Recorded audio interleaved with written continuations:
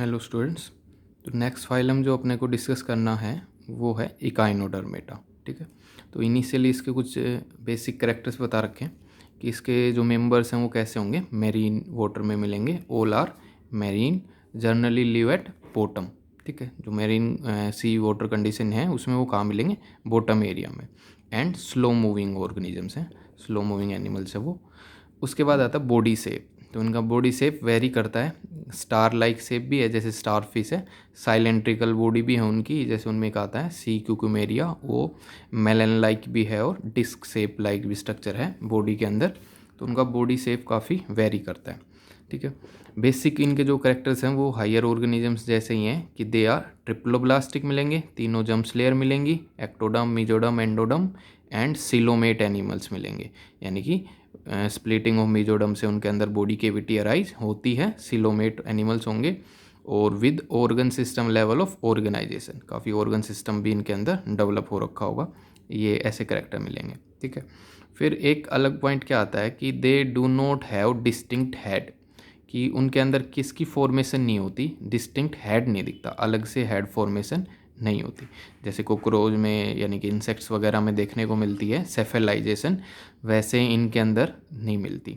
तो हम बोल सकते हैं कि सेफेलाइजेशन इनके अंदर क्या रहती है, अब्सेंट रहती है, यानी कि they don't have any distinct head present. फिर आता है कि जो इनकी आउटर स्किन है, स्किन ऑफ इकाइनोडर्मेट, वो क्या कंटेन करती है, उस पर क्या दिखाई देते हैं, कैलकेरियस स्पाइन दिखाई देते हैं। ठीक है, और एंडोस्केलेटन जो उनका होता है, endoskeleton consist of calcareous plate, के अंदर वाली साइड स्किन के जस्ट नीचे बीनीथ क्या प्रेजेंट होंगे, कैलकेरियस प्लेट प्रेजेंट होंगी, जो बाहर वाली साइड स्पाइन बन के दिखेंगी, प्रोजेक्ट होंगी बाहर वाली साइड में। ठीक है, उनको क्या बोलते हैं, जो कैलकेरियस प्लेट होंगी अंदर वाली साइड हार्ड कैल्शियम की बनी हुई, डर्मल ओसिकल्स। तो इनके अंदर डर्मल ओसिकल्स प्रेजेंट होते हैं जो बाहर स्पाइन लाइक फीचर स्ट्रक्चर दिखाते हैं। ठीक है, वो इनका कैलकेरियस एंडोस्केलेटन होता है। उसके बाद एक आता है कि डाइजेस्टिव ट्यूब कैसी रहती है। तो डाइजेस्टिव ट्यूब इनके अंदर कैसी मिलेगी, कंप्लीट रहती है। कंप्लीट यानी कि उसमें सेपरेट ओपनिंग मिलेंगी, माउथ एंड एनस। तो कंप्लीट मिलेगी with mouth on lower side and anus on the upper side. ठीक है, ये इंपॉर्टेंट। अब उनमें माउथ की पोजिशनिंग कहाँ पे है, वो कहाँ मिलेगा, लोअर साइड में मिलेगा। यानी कि बॉडी की कौन सी साइड, लोअर साइड कौन सी होती है, वेंट्रल साइड में मिलेगा। और एनएस की जो पोजीशनिंग है वो कहाँ मिलेगा, अपर साइड में मिलेगा। बॉडी का जो ऊपरी हिस्सा है, ऊपर वाला पार्ट है, उधर मिलेगा। यानी कि वो कौन सी साइड है बॉडी की, डोर्सल साइड। यानी कि कंप्लीट डाइजेस्टिव ट्यूब है जिसमें फूड एंटर करेगा फ्रॉम वेंट्रल साइड, और जो फीकल मैटर है एनएस से एग्जिट करेगा डोर्सल साइड से। ठीक है, तो इनकी पोजिशनिंग भी याद होनी चाहिए, इंपॉर्टेंट है। फिर आता है कि वो रेस्पिरेशन कैसे करेंगे। तो रेस्पिरेशन उनमें कैसे कैसे टेक प्लेस कर सकता है, बाई बॉडी सरफेस, कुछ में बॉडी सरफेस से टेक प्लेस करेगा, या फिर गिल्स प्रेजेंट होंगे। और उन गिल्स को क्या बोलते हैं, डर्मल ब्रैंकिए, ये प्रेजेंट होंगे जिनकी हेल्प से वो क्या कर पाएंगे, रेस्पायर कर पाएंगे। उसके बाद एक फीचर आता है सर्कुलेटरी सिस्टम का। ठीक है, तो इनके अंदर हम बोल सकते हैं कि ये सिस्टम, सर्कुलेटरी सिस्टम काफ़ी क्या रहता है, रिड्यूस रहता है। यानी कि लगभग लगभग अब्सेंट रहता है सर्कुलेटरी सिस्टम। इसकी जगह इनके अंदर एक वाटर वस्कुलर सिस्टम होता है, वो अभी पढ़ेंगे। तो सर्कुलेटरी सिस्टम अब्सेंट रहता है और कोई हार्ट नहीं होता, नो हार्ट। और पंपिंग वेजल, कोई भी पंपिंग ऑर्गन उसके अंदर, पंपिंग वेजल या हार्ट प्रेजेंट नहीं होता। तो हम ये बोल सकते हैं कि सर्कुलेटरी सिस्टम उसमें लगभग लगभग कैसा रहता है, रिड्यूस रहता है। उसके बाद इसमें सर्कुलेटरी सिस्टम के बाद एक पॉइंट आता है किसके बारे में, एक्सक्रीटरी सिस्टम के बारे में। तो वो भी है कि there is no excretory system, उसकी भी कोई डेवलपमेंट नहीं होती इनके अंदर। और जो नाइट्रोजिनस वेस्ट बनेगा अमोनिया की फॉर्म में, वो डिफ्यूज आउट हो जाएगा थ्रू दी बॉडी सरफेस, उनकी बॉडी सरफेस से ही वो डिफ्यूजन कर जाएगा, बाहर निकल जाएगा। ठीक है, तो ये excretory system, circulatory system present नहीं है। क्यों, इनकी जगह उनमें क्या प्रेजेंट रहता है, एक वाटर वस्कुलर सिस्टम रहता है जो काफ़ी फंक्शनिंग को कंट्रोल करता है। उसकी प्रेजेंस की वजह से ये वाले सिस्टम कम डेवलप होते हैं इसके अंदर। ठीक है, फिर आता है कि नर्वस सिस्टम। नर्वस सिस्टम इनमें कैसा रहता है, लेस डेवलप रहता है और बिल्कुल सिंपल टाइप का रहता है, कि आप ये नहीं बोल सकते कि उनमें कोई ब्रेन फॉर्मेशन हो रही है। बिल्कुल लेस डेवलप है, सिंपल नर्वस सिस्टम है। इंक्लूडिंग एक नर्व रिंग मिलती है और रेडियल नर्व मिलती हैं, जो उसकी आर्म्स हैं, जैसे स्टारफिश की आर्म्स है 5 आर्म्स, उनमें जारी होती हैं radial nerves, nerve rings present होती है सेंटर में। तो बस ऐसा सिंपल टाइप का नर्वस सिस्टम होता है, कोई कॉम्प्लेक्स स्ट्रक्चर उनके अंदर प्रेजेंट नहीं होता, ठीक है। उसके बाद आती है रिप्रोडक्शन की। तो रिप्रोड्यूस तो कैसे ही करते हैं, सेक्सुअली रिप्रोड्यूस करेंगे, और जो मेल और फीमेल इंडिविजुअल होंगे वो क्या होंगे, सेपरेट, अलग अलग होंगे। डायोसियस कंडीशन होगी, यानी कि यूनिसेक्सुअल कंडीशन होगी या डायोसियस कंडीशन होगी, अलग अलग इंडिविजुअल्स मिलेंगे और वो अपने गैमेट्स बनाएंगे। वो गैमेट फ्यूज करेंगे तो उसको क्या बोलेंगे, फर्टिलाइजेशन। और वो फर्टिलाइजेशन यूजुअली कहाँ टेक प्लेस करता है, एक्सटर्नल मीडियम में। तो इनके केस में एक्सटर्नल मीडियम क्या है, वाटर कंडीशन। वहाँ पे वो अपने मेल और फीमेल गैमेट रिलीज कर देंगे और वहाँ पे वो फ्यूज कर जाएंगे गैमेट्स, तो उसको बोलेंगे हम फर्टिलाइजेशन। फ्यूजन ऑफ गैमेट कहाँ पे हो रही है, एक्सटर्नल एनवायरनमेंट में हो रही है। और उसके बाद उस जाइगोट की डेवलपमेंट चालू होगी। तो जो जो डेवलपमेंट होती है वो इनके अंदर कैसी रहती है, इनडायरेक्ट डेवलपमेंट रहती है। इनडायरेक्ट डेवलपमेंट का क्या मतलब है कि बीच में क्या आएगी, अडल्ट बनने से पहले लार्वल स्टेजेस प्रेजेंट होंगी जो डेवलप करेंगी और फाइनली वो अडल्ट के अंदर कन्वर्ट होंगी, न्यू ऑर्गेनिज्म में कन्वर्ट होंगी। तो इनडायरेक्ट डेवलपमेंट है विद फ्री स्विमिंग लार्वा, यानी कि बीच में क्या आएंगी, लार्वा फॉर्म आएंगी, लार्वल फॉर्म्स आएंगी। तो अलग अलग मेंबर्स में उनमें अलग अलग लार्वा रहते हैं, लेकिन सबके अंदर इनडायरेक्ट डेवलपमेंट रहती है, यानी कि लार्वल स्टेज तो प्रेजेंट मिलेगी मिलेगी इनके अंदर, ठीक है। तो ये कुछ बेसिक फीचर्स हैं इनके कि सारे एक्सक्लूसिवली मैरीन वाटर में मिलेंगे और उसमें भी बॉटम ड्वेलिंग होते हैं, बॉटम उसके बिल्कुल नीचे सरफेस पे मिलेंगे। स्लो मूविंग एनिमल्स हैं, अलग अलग शेप रहते हैं, मेनली इनमें जैसे स्टार फिश पता हो, स्टार लाइक शेप रहता है उसका। और बेसिक करेक्टर हायर ऑर्गेनिजम्स जैसे हैं, लेकिन कोई हेड फॉर्मेशन नहीं मिलेगी उनके अंदर, सेफेलाइजेशन अब्सेंट मिलेगी। और क्या था, स्किन जो इनकी रहती है उसमें calcareous spine, calcareous plate present होती हैं और डाइजेस्टिव ट्यूब कंप्लीट मिलेगी, जिसमें माउथ की ओपनिंग लोअर साइड में है, एनएस की ओपनिंग डोर्सल साइड में है, यानी कि माउथ कहाँ है, वेंट्रल साइड में, एनएस कहाँ है, डोर्सल साइड में। रेस्पिरेशन कैसे करेंगे, गिल से, बॉडी सरफेस से कर पाएंगे। सर्कुलेटरी सिस्टम इनमें लगभग रिड्यूस रहता है, कोई हार्ट प्रेजेंट नहीं होगा, ठीक है। एक्सक्रीटरी सिस्टम भी कुछ नहीं बनता है, वो अपना वेस्ट बॉडी सरफेस से ही एलिमिनेट कर देंगे जो भी अमोनिया बनाएंगे। नर्वस सिस्टम भी लेस डेवलप है, तो काफ़ी इसमें लेस डेवलप है, जैसे nervous system, circulatory system, excretory system, ये सारे लेस डेवलप पार्ट हैं इसके अंदर, ठीक है। रिप्रोडक्शन कैसे कर पाएंगे, सेक्सुअली रिप्रोड्यूस करेंगे, यानी कि गैमेट्स बनाएंगे और गैमेट्स का फ्यूजन टेक प्लेस करेगा। और मेल और फीमेल इंडिविजुअल क्या रहते हैं, सेपरेट रहते हैं, अलग अलग रहते हैं, डायोसियस कंडीशन रहती है, तो उसको यूनिसेक्सुअल कंडीशन भी बोलते हैं। और फर्टिलाइजेशन कहाँ टेक प्लेस करेगा, एक्सटर्नल मीडियम में टेक प्लेस करेगा, और वो एक्सटर्नल मीडियम सोर्स क्या है, वाटर कंडीशन। वहाँ पे फ्यूजन ऑफ गैमेट होगी और फ्यूजन ऑफ गैमेट से क्या बनेगा, लार्वल स्टेज आ जाएगी, जो बाद में चेंज होके मेटामॉर्फोसिस करके अडल्ट में कन्वर्ट हो जाएगी। तो एक ऐसी डेवलपमेंट बोली जाती है, इनडायरेक्ट डेवलपमेंट बोली जाती है, ठीक है। तो ये सारे इसके कुछ बेसिक फीचर्स हैं। एक इसमें एक और बेसिक फीचर्स क्या होता है कि एक इम्पोर्टेंट बात आती है किसके बारे में, सिमेट्री के बारे में, कि सिमेट्री कैसी होती है। तो या तो बाइलेटरल सिमेट्री है, रेडियल सिमेट्री है।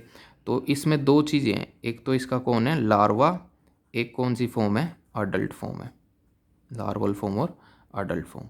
तो ये देखा गया कि जो लार्वा रहता है उसके अंदर कैसी सिमेट्री रहती है, बाइलेटरल सिमेट्री प्रेजेंट होती है इसके अंदर।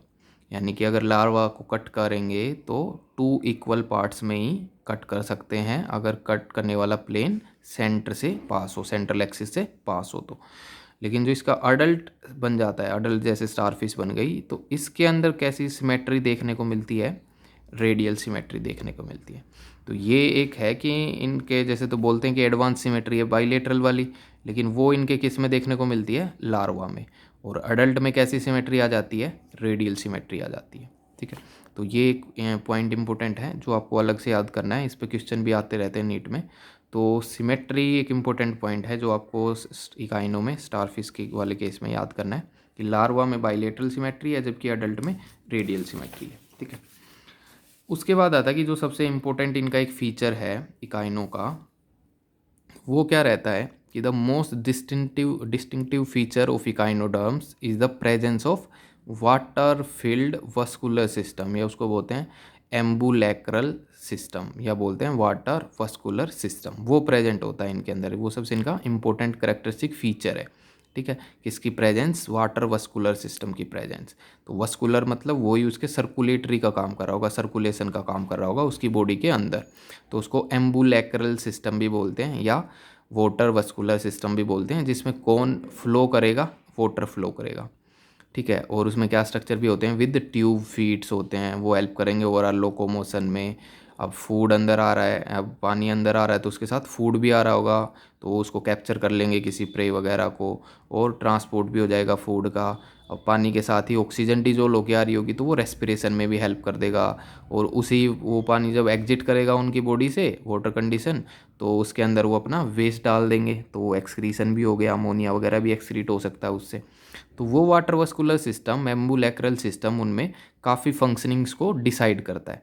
तो इसलिए वो अपनी काफ़ी पार्ट्स बनाते नहीं हैं, जैसे वो एक्सक्रीटरी सिस्टम नहीं बनाते, ठीक है, अपना सर्कुलेटरी सिस्टम भी कुछ डेवलप नहीं करते। तो वो इसकी वजह से कि उसके अंदर वाटर वस्कुलर सिस्टम पहले से प्रेजेंट है, जो काफ़ी काम करता है ओवरऑल। उसको लोकोमोशन में हेल्प करेगा, फूड गैदरिंग में हेल्प करेगा, रेस्पिरेशन में हेल्प करेगा, एक्सक्रीशन में भी हेल्प करेगा, ठीक है।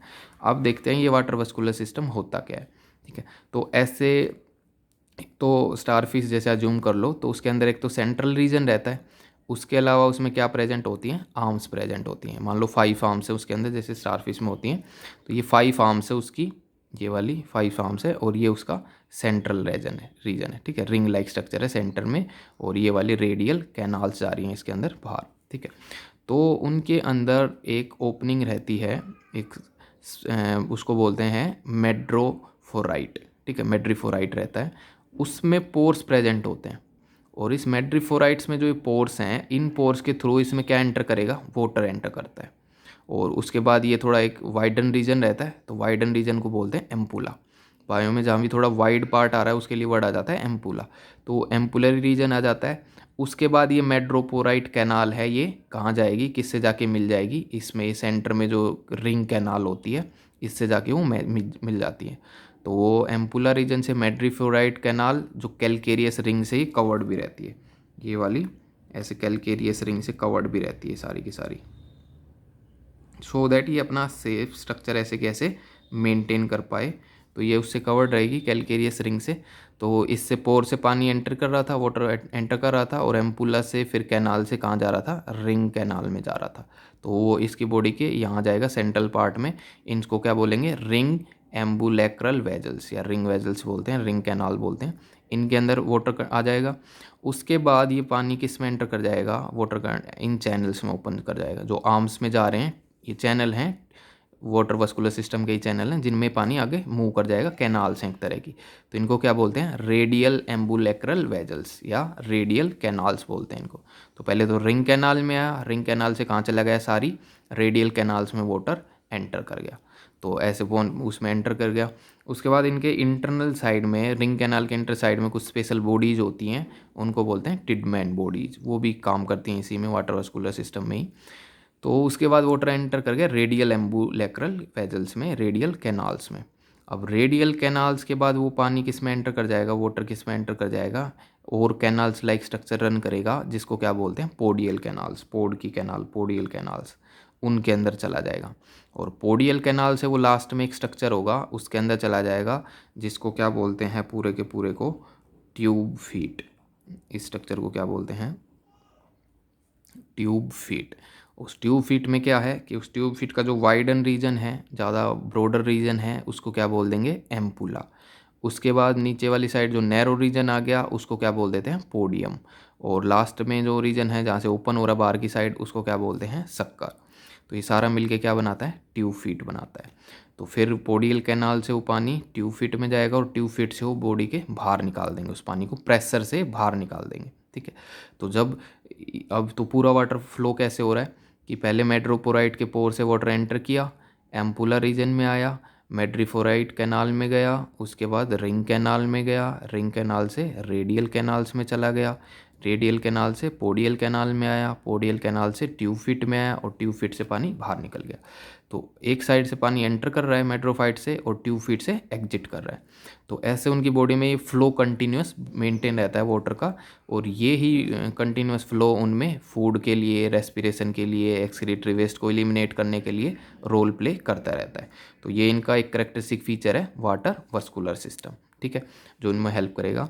तो कह रहा है फिर कि एक परफोरेटेड प्लेट, परफोरेटेड मतलब जिसमें पोर प्रेजेंट हो, ऐसी प्लेट है ये।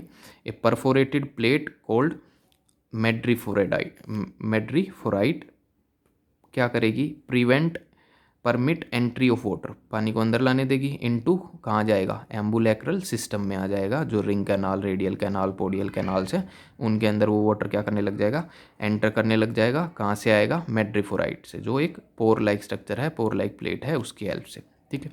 और वो अल्टीमेटली फिर ट्यूब फिट से पास ऑन हो जाएगा और ये कंटिन्यूस चैनल इनके मेंटेन रहता है, so that water gathering, food gathering हो सके, रेस्पिरेशन हो सके, एक्सक्रीशन हो सके। और लोकोमोशन में भी ये ट्यूब फिट रोल प्ले करता है। ट्यूब फिट कैसे, कि इस ट्यूब फिट से अगर ये प्रेशर से पानी बाहर निकालेगा, तो जब प्रेशर से जिधर ये पानी बाहर निकालेगा उसके अपोजिट डायरेक्शन में ये क्या करने लग जाएंगे, मूव करने लग जाएंगे। तो वेंट्रल साइड में होते हैं ये ट्यूब फिट, नीचे वाली साइड वेंट्रल साइड, तो उससे पानी बाहर निकालेंगे। तो जैसे ही प्रेशर से सारे ट्यूब फिट एक साथ पानी बाहर निकाल लेंगे तो उससे अपोजिट डायरेक्शन में ये क्या करने लग जाएंगे, लोकोमोट करने लग जाएंगे, ठीक है। तो ऐसे ही ट्यूब फिट इनमें लोकोमोशन में भी हेल्प करते हैं। और ये पूरा एम्बुलेक्रल या वाटर वस्कुलर सिस्टम तो फंक्शनिंग कर ही रहा है, फूड गैदरिंग में, रेस्पिरेशन में और काम में हेल्प कर रहा है।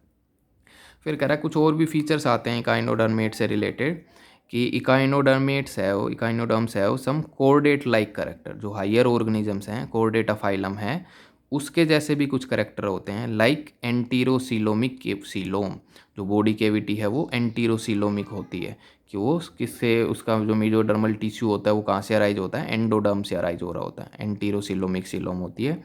और मीजोडर्म का बना हुआ स्केलेटन सिस्टम होता है, तो हायर कोर्डेट्स में भी ऐसा ही होता है, स्केलेटन सिस्टम मीजोडर्म से डिराइव होता है, बोन्स वगैरह और वो हायर चीज़ें, तो इसके अंदर भी थोड़ा जो है वो मीजोडर्मली स्केलेटन है।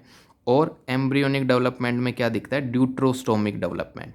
अब ये क्लासिफिकेशन करेक्टर्स पढ़ाए थे अलग अलग क्लासीफाई करने के बेसिक करेक्टर्स, उनमें आया था ड्यूट्रोस्टोमिक एम्ब्रियोनिक डेवलपमेंट क्या होती है, कि ऐसी डेवलपमेंट जिसके अंदर पहले एनस फॉर्मेशन हो और बाद में माउथ फॉर्मेशन हो। तो हायर कोर्डेट्स में ऐसा ही रहता है, उनकी पहले एनएस ओपनिंग बनती है ब्लास्टोपोर से और बाद में उनके अंदर माउथ फॉर्मेशन होती है। तो ऐसी अरेंजमेंट इनमें मिलती है, ड्यूट्रोस्टोमिक एम्ब्रियोनिक डेवलपमेंट। तो इनके ये कुछ फीचर हैं जो हायर कोर्डेट्स के जैसे प्रेजेंट होते हैं इनके अंदर। फिर कह रहा है फ्यू इकाइनोडर्म्स जैसे कि starfish have greater power of regeneration, इसके पास अच्छी पावर होती है रीजनरेट करने की, अपने कुछ बॉडी पार्ट्स को रीजनरेट करने की पावर होती है। कि जैसे अगर कोई आ गया, एनिमी उनका आ गया, उससे डिफेंस करने के लिए कोई प्रीडेटर आ गया, वो अपनी आर्म्स को ब्रेक कर देती हैं, ठीक है। मान लो किसी ने कोई कैप्चर कर लिया आर्म, तो वो उसको ब्रेक डाउन कर लेते हैं, कि they break off their arms for defence purpose, कि अपनी आर्म्स को ब्रेक डाउन करने की प्रॉपर्टी होती है उनके पास, और वो फिर से रीजनरेट हो जाती है वो आर्म्स। तो इनके पास हाई पावर है, ग्रेट पावर है रीजनरेट करने की। तो this phenomena is known as autotomy. तो किसी प्रीडेटर के आने पे वो अपनी आर्म्स लॉस कर देते हैं, वो फिनोमेना क्या बोला जाता है उनमें, ऑटोटोमी। और उस आर्म को फिर से रीजनरेट करने की कैपेसिटी भी, पावर भी रखते हैं, तो उनमें वो ग्रेट पावर है रीजनरेशन करने की, ठीक है। तो ये इनका एक इम्पोर्टेंट पार्ट था, वाटर वस्कुलर सिस्टम या एम्बुलेक्रल सिस्टम, और ये कैसे बना रहता है वो पता होना चाहिए। और इसके अलावा कुछ उसके फीचर्स हैं, सिग्निफिकेंट फीचर्स, लाइक कुछ उसमें कोर्डेट्स करेक्टर हैं, और साथ साथ में उसमें एक प्रॉपर्टी होती है ऑटोटोमी की, अपनी आर्म्स लॉस करने की और फिर से रीजनरेट करने की। तो ये भी आपको पढ़नी है। फिर इसके बाद आता है कि जो इकाइनोडर्म्स हैं उनको कितनी क्लासेस में क्लासीफाई कर रखा है, अलग अलग क्लास बना रखी हैं। तो मेन इनकी 5 क्लासेज हैं जो आपको पढ़नी है। तो इसमें फर्स्ट आती है जिसके अंदर एस्टीरियसिस, स्टारफिश प्रेजेंट होती है, वो क्लास कौन सी रहती है, एस्टीरिडिया। तो इनके कैसी रहती है, जैसे स्टारफिश है तो मेनली एक शेप का भी इनमें डिफरेंस है, कि इनकी बॉडी कैसी मिलती है, फ्लैट बॉडी रहती है इनके अंदर, और कैसे शेप की रहती है, स्टार लाइक शेप रहता है, जिसके अंदर क्या देखने को मिलेगा, with 5 thick and short arm. तो ये 5 आर्म्स हैं इनके अंदर, इनका साइज तो छोटा है, शॉर्ट है, लेकिन वैसे कैसी हैं, ये थिक हैं, ठीक है। इनके अंदर वो मेड्रोपोरेडाइट और नीचे वाली साइड ट्यूब फीट और पूरा वो कैनाल सिस्टम इनके अंदर प्रेजेंट है। तो फ्लैट बॉडी है और स्टार लाइक बॉडी है जिसमें 5 आर्म्स मिलेंगी। अब ये इंपॉर्टेंट है, लार्वा आपको सबके याद करने हैं। एस्टेरिडिया स्टारफिश के अंदर कौन सा लार्वा होता है, बाइपिनेरिया लार्वा होता है, या उसी को क्या बोलते हैं, ब्रांकियोलेरिया, वो इनके अंदर लार्वल स्टेज मिलती है। और एग्जाम्पल आप क्या याद करोगे, स्टारफिश एस्टेरियस, ये वाला इसका एग्जाम्पल है। उसके बाद जो दूसरी इनकी क्लास आती है वो आती है ओफियूरिडिया। इनके अंदर भी कैसी है, बॉडी फ्लैट ही मिलेगी, वही स्टार लाइक शेप है, लेकिन इनकी जो आर्म्स हैं स्टारफिश के कंपेयर में कैसी हैं, थिन है, पतली हैं। तो कह रहा है star like with thin but long और jointed and easily breakable arms present होती है इनके अंदर। इसके कंपेयर में वो ज़्यादा लॉन्ग है, थिन है, ठीक है, और जॉइंटेड हैं, तो ईजिली अलग हो सकती है, डिटैच हो सकती हैं बॉडी से। और ओफिरिडिया इनके लार्वा, ओफिरा के लार्वा कौन है? ओफियोप्लूटस, ये इनका लार्वा रहता है। और एग्जाम्पल आप क्या याद करोगे? ब्रिटल स्टार ओफियूरा, वो रहता है। तीसरी इनकी एक क्लास आती है इकाइनोडिया। इनके अंदर क्या होता है? इकाइनस, सी अर्चिन इनका मेंबर होता है। कि बॉडी इनकी कैसी मिलेगी? ऐसे उनकी बॉडी पे ये स्केल्स प्रेजेंट होंगे, ऐसे आर्म्स वगैरह नहीं होंगी, absent होंगी। तो ऐसे मेंबर्स हैं कि बॉडी कैसी मिलेगी? ग्लोबुलर या डिस्क है, डिस्क लाइक शेप है। और कैसे मिलेगी? Without arms. तो ये भी आ सकता है कौन सी क्लास है जो विदाउट आर्म्स है। और माउथ इनमें क्या मिलेगा? माउथ में एक स्ट्रक्चर होता है अरिस्टोटल लेंट्रंस। वो स्ट्रक्चर क्या हेल्प करता है? मेस्टिकेटिंग अपरेटस होता है उनका, फूड को मेस्टिकेट करता है, क्योंकि उस अपरेटस में क्या प्रेजेंट होते हैं? टीथ प्रेजेंट होते हैं, 5 टीथ, जो फूड को मेस्टिकेट करेंगे, ठीक है। तो माउथ के अंदर प्रेजेंट होता है अरिस्टोटल लेट्रन, स्किन के अंदर सी अर्चिन के अंदर। और इनका लार्वा कौन सा रहता है? इकाइनोप्ल्यूटस लार्वा इनके अंदर प्रेजेंट रहेगा। मेंबर कौन है? इकाइनस, सी अर्चिन मेंबर है, जिसके अंदर आर्म्स वगैरह absent मिलेंगी। अरिस्टोटल लेट्रन एक स्ट्रक्चर प्रेजेंट मिलेगा, ग्लोबुलर या डिस्क शेप स्ट्रक्चर मिलेगा इनका। उसके बाद आता है होलोथ्यूरिडिया, ये क्लास रहती है, जिनकी बॉडी कैसी मिलेगी? लॉन्ग बॉडी मिलेगी, क्यूकुम्बर के शेप के जैसी साइलेंड्रिकल बॉडी मिलेगी। और इसके अंदर भी कोई आर्म्स प्रेजेंट नहीं होती, ठीक है। तो बॉडी मिलेगी long cylindrical with cucumber like shape, लेकिन वो भी कैसा है? विदाउट आर्म्स, की कोई भी आर्म्स प्रेजेंट नहीं होंगी। और ये रेस्पायर कैसे करेंगे? रेस्पायर थ्रू क्लोइकल ट्री, कि इनके क्लोइका वाले रीजन में एक ट्री लाइक ब्रांचेज नेटवर्क बनता है क्लोइका रीजन में, एनस के पास में, वहाँ से वो रेस्पायर करते हैं। और लार्वल फॉर्म इनके अंदर क्या है? ओरिकुलेरिया, ये इनकी लार्वल फॉर्म होती है सी क्यूकुम्बर के अंदर। इनका मेंबर है एक जो आपको याद करना है, कुकुमेरिया या सी क्यूकुम्बर। दूसरा मेंबर है होलोथूरिया, उसको भी सी क्यूकुम्बर ही बोलते हैं, शेप सेम रहता है उनका, क्यूकुम्बर लाइक। फिर लास्ट क्लास आती है क्रेनोइडिया। इनकी बॉडी कैसी रहती है? इनकी बॉडी जैसे आपको दिख रही होगी, प्लांट जैसा स्ट्रक्चर है इनका, ठीक है, प्लांट जैसा स्ट्रक्चर है। तो body plant like fix with branched arm, ठीक है। ये आर्म्स कैसी? इनकी ब्रांच आर्म दिखती हैं, और नीचे भी ब्रांच आर्म इनको फिक्स करती हैं। और विदाउट स्पाइंस, स्पाइंस नहीं मिलेंगे, एंड पेडिसिलरी भी नहीं होंगे। पेडिसिलरी क्या होते हैं? वो इनके ऊपर वाले डोर्सल सरफेस को क्लीन करने में रोल प्ले करते हैं, वो इनके absent मिलेंगे। और लार्वा इनका कौन सा रहता है? डोलियोलेरिया लार्वा प्रेजेंट मिलेगा। और एग्जाम्पल इनका एक मेंबर कौन सा याद करना है? एंटीडोन, यानी कि सी लिली, सी लिली बोलते हैं उनको, वो इनका एक मेंबर है। तो ये इसकी 5 क्लासेस, और मेनली इनमें इनकी लार्वल फॉर्म और एग्जाम्पल्स कौन से हैं वो याद करना है। एक इंपॉर्टेंट पॉइंट ये याद करना है कि कौन से हैं जो जिनके अंदर आर्म्स प्रेजेंट नहीं होती, ठीक है, वो एक इंपॉर्टेंट पॉइंट है। तो ये आपको अच्छे से याद करना है इकाइनोडर्मेटा।